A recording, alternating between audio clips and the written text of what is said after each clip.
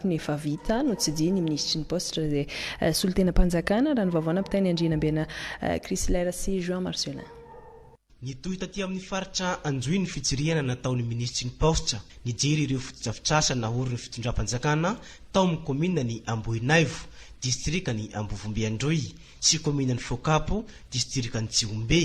Tsapa fa mbola betsaka ireo asa tokony hotohizana sy hoentina hampivoarana ny tanàna araka ny vina ny filoham-pirenena dia tsy hisy faritra na distrika Dintsony ankehitriny. Marina fa tany lavitra indrindra aty fa na izany dia ny fampandrosoana Madagasikara dia mandalo amin'ny tanàna ohatran'izao ka izay no iarahanay aty mijery ny fandrosoana ny fotodrafitrasa ohatran'izao hitantsika taorinantsika izao fa injery ihany koa na ny eo amin'ny nivon'ny commune na ny eo nivon'ny toerana CSP ery amin'ny tobim-pahasalamana na ihany koa amin'ny fampianarana ka izany no ijerenay aty satria hita fa misy ny fotodrafitrasa tao fanjakana ary tonga aty izay mijery raha misy olana ary fantatra fa misy ny olana madinidinika fa eto moa izay hitondra ny vahaolana sy